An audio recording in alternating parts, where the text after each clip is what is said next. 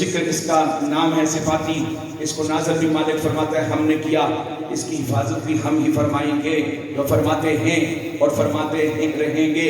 توجہ چاہیے میری جان۔ اب اللہ حفاظت کرنے کے لیے جو اسباب رب نے بنائے، ان اسباب اعزتی میں سے جو قرآن کے محفوظ رہنے کے لیے رب نے پیدا فرمائے ہیں، ان اسباب میں سے ایک سبب ان حافظوں کا سینہ بھی ہے۔ تو جن کے سینوں کو میرے رب نے قرآن کی حفاظت کے سبب کے طور پہ پسند فرمایا، اور اگر علم تھوڑا بہت بھی نور ہونے کے ناطے کالے دل میں نہ آئے اور آئے بھی تو اثر نہ کر سکے، تو یہ پورا قرآن جو سارے علوم کا مرکز و مصدر و محور ہے، وہ جس سینے میں آتا ہے وہ سینہ رب کی کس توجہ کے قابل ہوتا ہے، اس میں رب کی کتنی مہربانیاں ہوتی ہیں۔ اور ایک بات آنے والے ماہ مبارک کے حوالے سے بطور پیغام میں عرض کر کے اپنی گفتگو کو مکمل کرتا ہوں، اس کے بعد اگلا جو ہے وہ سلسلہ اناؤنس ہوگا۔ میرے حضور ممبر شریف کی پہلی سیڑھی پہ قدم رکھتے ہیں اور میرے پاک نبی علیہ السلام کی زبان پر کلمہ جاری ہوتا ہے آمین۔ دوسری سیڑھی پہ قدم رکھتے ہیں، صدا آتی ہے آمین۔ تیسری سیڑھی پہ قدم رکھتے ہیں، آواز آتی ہے آمین۔ خطبہ ارشاد ہوتا ہے، غلاموں کو نوازا جاتا ہے۔ معاملات جب مکمل ہوتے ہیں تو غلام پوچھتے ہیں یا رسول اللہ صلی اللہ علیہ وسلم، آج آپ نے ایک انوکھا عمل فرمایا جو اس سے پہلے ہم نے نہیں دیکھا۔ آپ نے تینوں سیڑھیوں پہ قدم رکھتے ہوئے آمین آمین آمین فرمایا، معاملہ کیا ہے؟ تو میرے آقا نے فرمایا میں پہلی سیڑھی پہ قدم رکھا میں نے تو جناب جبرائیل میرے ساتھ کھڑے تھے اور انہوں نے عرض کی رب نے بھیجا ہے 3 دعائیں دے کر۔ وہ دعائیں ہیں بد دعائیں ہیں، لیکن چونکہ جبرائیل کی زبان سے نکلی نہیں ہے، اللہ نے تعلیم فرمائی ہے، حضور نے ان پہ آمین کہنی ہے، تو کملی والا جس پہ آمین کہہ دے وہ بد نہیں ہوتا۔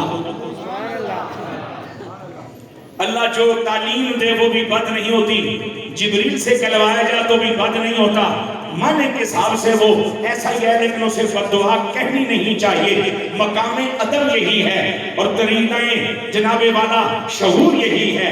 جبریل نے عرض کی یا رسول اللہ تباہ ہو جائے وہ شخص جو ماہ رمضان کا پورا مہینہ پائے اور اپنے رب کو راضی کر کے اپنے گناہوں کو بخشوا نہ سکے۔ میں نے عرض کیا آمین۔ یہ میں نے حضور کی صدا کے لیے عرض کیا کیوں کہ چونکہ اس کی بارگاہ میں جب کہیں تو حضور بھی عرض ہی کرتے ہیں۔ توجہ میری جان۔ پھر فرماتے ہیں جب میں اگلی پوڑی پہ چڑھا تو جبرائیل نے کہا یا رسول اللہ تباہ ہو جائے وہ شخص جو والدین میں سے بڑھاپے کی شخص میں دونوں یا کسی ایک کو پائے اور ان کی خدمت کر کے جنت کا حقدار نہ ہو۔ میں نے عرض کیا آمین۔ تیسری سیڑھی پہ پہنچا تو جبریل نے کہا یا رسول اللہ تباہ ہو جائے وہ شخص جو آپ کا نام سنے اور آپ پہ درود نہ بھیجے۔ میں نے کہا آمین۔ اس کا معنی یہ ہے کہ یہ 3 کام بندے کے بخشے جانے کے لیے ضمانت کے طور پہ، سبحان اللہ، چونکہ دعا تعلیم فرمائی رب نے، ادا کیے الفاظ جبرائیل امین نے، آمین اس پہ کہی رحمت للعالمین نے۔ اس کا معنی یہ ہے کہ پکی گل ہے کہ رمضان شریف وچ بندہ بخشیا جا سکتا ہے بشرطے کہ خالی منہ نہ بنے، بندہ بن کے روزہ رکھے۔ 8-9 سال پہلے ایک ٹی وی کا مذہبی پروگرام کا پروڈیوسر میرے پاس آیا، اس نے کہا جی ہم آپ کا رمضان شریف کا پہلا جو جمعہ ہے اس کا خطاب لائیو جو ہے وہ کاسٹ کرنا چاہتے ہیں۔ میں نے زندگی میں جمعے کے خطبے میں نہ سر لگائی ہے، نہ اشعار سر سے سنائے، نہ جناب والا کوئی اور مسئلہ کیا، چونکہ جمعے کا وہ خطبہ اجمیوں کے لیے وہی خطبہ جمعہ ہے جو کملی والے آقا نے ارشاد فرمایا تھا۔ آخر میں جو ہم 2 خطبے عربی میں تھوڑی مختصر سے پڑھتے ہیں وہ تکمیل سنت کے لیے، ورنہ خطبہ وہی ہوتا ہے جو ہمارا خطاب ہوتا ہے، لہذا اس میں سیاستیں نہیں آنی چاہیے، اس میں الزام تراشیاں نہیں ہونی چاہیے، اس میں پنچایتیں نہیں لگنی چاہیے، اس میں فیصلے نہیں ہونے چاہیے، اس میں صرف اللہ اور اس کے رسول کا پیغام پہنچنا چاہیے۔ تو میں نے بخوشی ان کی دعوت قبول کر لی۔ وہ پہلے جمعہ ریکارڈ کر کے لے گئے، وہ انہوں نے نشر کیا، دائیں بائیں پہ اللہ کا کرم ہوا، لوگوں نے کہا کہ یہ جنا کس سے چھپیا ہے، پھر وہ جنا میرے پیچھے پہ آ گیا، آپ رمضان شریف کے آخری عشرے میں ہمیں افطار جو ٹرانسمیشن ہے اس کے لیے ٹائم دیں۔ میں کہا ممکن نہیں۔ کہنے لگا وجہ کیا ہے؟ میں نے کہا میں وہاں ٹیلی ویژن پہ جانے کے سے پہلے آپ کے پاس سنا ہے کوئی اسٹوڈیو ٹائپ کی چیز ہوتی ہے، وہاں مولانا صاحب کو تیار ہونا ہوتا ہے، افطاری شریف کو کنگھی بھی لازمی ہے، اوپر ماما بھی لازمی ہے، چوگا شریف بھی لازمی ہے تاکہ عزت بنے. تو ویلہ قبولیت دا ٹائم اثر سے مغرب دے درمیان دا تو میں روزہ رکھ کے سامنے بیٹھی یا بیٹی دی عمر دی ہے یا بہن دی عمر دی ہے انہوں بھی تاڑی جاواں تے دین بھی سکھائی جاواں. یہ کیڑا بندے دے متنارا کام ہے؟ تو میرے سامنے کوئی مرد بٹھا یا کوئی بچہ بٹھا، میں 10 بجائے 20 دن تم دینا سے تیار ہے جی. وہ ہماری پالیسی نہیں. میں کہوں تہاڈی پالیسی نہیں تو پھر ساڈی بھی وہ پالیسی نہیں. سننا ہی دے ہتھ آ جائے گا جو میرے تہاڈی تے جا موج مار.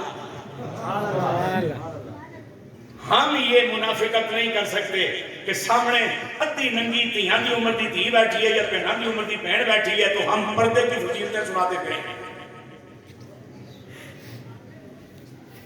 یہ کیسے ہو سکتا ہے؟ اور سنو ایک گل پکی نے کہ رمضان شریف جو روزہ بندے دے پتران رکھیا جائے تو بندہ بخشیا جاتا ہے. اور یہ بھی گل پکی ہے کہ بڑے ماں پیو کی خدمت لالچ پیچھے نہیں کہ ابے دا کوٹھا مل سی وہ تیرا ہی ہے. صرف والدین کی عزت کرتے ہوئے انہوں نے حق ادا کرتے ہیں کہ ان کی خدمت کی جائے تو بندہ بخشیا جاتا ہے. یہ پکی گل ہے. اور نبی پاک کا نام آوے تو درود بھیجا جائے تو بھی بندہ بخشیا جاتا ہے. یہ بھی گل پکی ہے. آخری گزارش سنو. رمضان شریف دے پورے مہینے وچ 2 کھانے جنہاں دا نام سانوں دسیا گیا، ایک سحری تے ایک افطاری. تیجا کھانا مینوں روزیاں دے مہینے چ نہیں پتہ چلیا ہن تک. تے اے میری قوم تیجا کھانا کدھروں کٹ کے لے آئے. میں نے تو جب سے اپنے ماں باپ آبا و اجداد کے ساتھ روزہ رکھنا شروع کیا ہے، افطاری کی ہے یا سحری کی ہے، یہ وچ تریا کام نہیں کڈیا. تساں جانے ہو پترو پہلے پکوڑیاں تے چاٹ چاہتے ہو، پھر اس تو بعد روٹی بھی کھاندے ہو، پھر اس تو بعد سحری بھی چھکدے ہو. یہ تو 3 ٹائم ہو گئے. تو میں نے تو 2 ٹائم ہی پتہ نہیں یا سحری کھانی ہے یا افطار. ہماری پوری مائیں ان پڑھ لیکن باخبر ہمیں کہا کرتی تھی کھا پتر دب کے کھا، روزیاں دا کھادا پیتا اللہ نہیں پوچھے گا. اس وقت بات سمجھ نہیں آئی تھی. جب اساتذہ کے پاس پہنچے، کچھ حدیث پاک پڑھی، کچھ سرکار کے فرمان پڑھے، اوپر پتہ چلا کہ سحری کھانا بھی نبی دی سنت ہے تے افطار کرنا بھی نبی دی سنت ہے تے اللہ دے نبی دی سنت تے عمل کرنے کو پوچھا جائے گا، یہ جزا دی جائے گی. پھر سحری اس کھانے کا نام ہے جو رات کے وقت کھائی جائے، فجر طلوع ہونے کے بعد نہیں. جب فجر کا ٹائم ہو چکا تو دن آ گیا. جب دن آ گیا تو آپ پھر کھائیں، وہ سحری نہیں ہوگی نہ ہی روزہ ہوگا. تو پھر تہاڑی ساری بھوکے کیوں نہ دے؟ اور یہ کون سی تو کہہ کہ اذان نہیں رکی لہذا کھاندے رہو. یہ مسئلہ تم دسیا کیسے؟ اذان تو شروع ہی کہاں ہوئی ہے جب فجر شروع ہو جائے. پھر صرف اذان پہ اعتماد کیوں کر دے ہو سکتا میں اس مسجد کا مؤذن ہوں، فجر ویلے میں اذان پڑھنی ہوئے تسی روزہ بند کرنا ہے. میں کمرے چ نکلیا، تلے آیا، وضو کیتا، سپیکر تک پہنچا، پھر پیٹ مروڑ پہ گئی کیونکہ پچھلی راتی تساں بلایا سی افطاری تے. میں منع بھی کردا رہا کہ پکوڑے نہ کھاندا، میں عادت نہیں میری. تسی برتن تیز لساں کہ استاد جی سارا دل رکھ سے تھوڑے کھاؤ. ہن انہاں اپنا کام شروع کرتا ہے. میں سپیکر چھوڑ کے پھر پیچھے مڑ گیا. تو چھچڑا نہیں جانے دا پترا بھیجا استاداں دی اذان شروع نہیں ہوئی. ایک کڑا بندے دے پترا دا کام ہے روزہ. اگر تو رکھنا ہے تے قائم تینوں پتہ ہونا چاہیے. محلے والوں کو پتہ ہی نہیں ہے. خطیب انتظامیہ سے چھٹی لے کے گاؤں چلا گیا ہے، تسی بانگ کی انتظار چھٹی جا.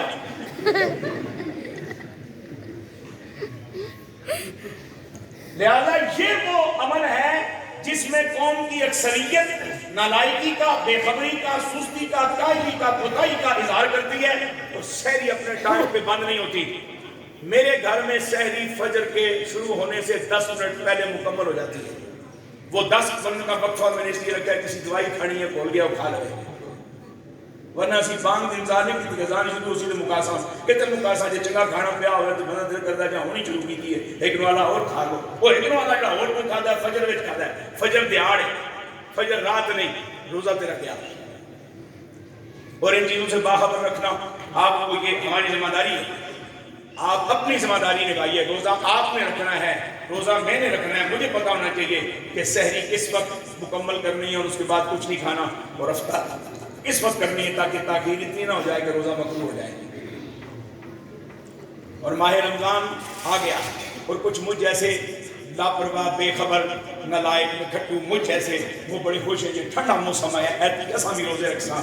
یہ بنی اسرائیلیوں کا مزاج ہے کہ اپنے من پسند موسم میں روزے رکھنا. محمدیوں کا یہ مزاج نہیں. محمدیوں کا مزاج یہ ہے کہ روزہ گرمی چاہے یا سردی چاہے اسا سے رب کو راضی کرنا ہے. اور جو اہل ایمان مولا مشکل کشا